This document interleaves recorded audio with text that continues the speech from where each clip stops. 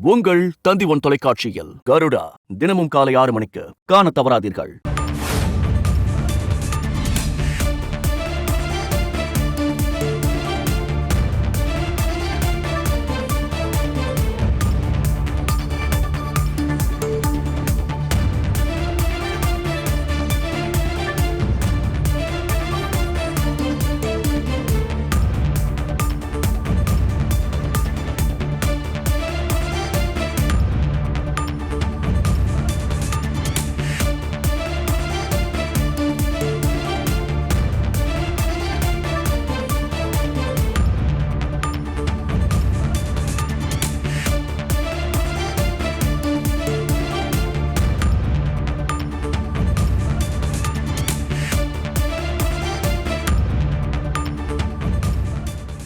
திருச்சி மாவட்டத்தில் நில ஆக்கிரமிப்பு தொடர்பான வழக்கை சிபிசிஐடிக்கு மாற்றி மெட்ராஸ் உயர்நீதிமன்ற மதுரை அமர்வு உத்தரவு பிறப்பித்திருக்கிறது.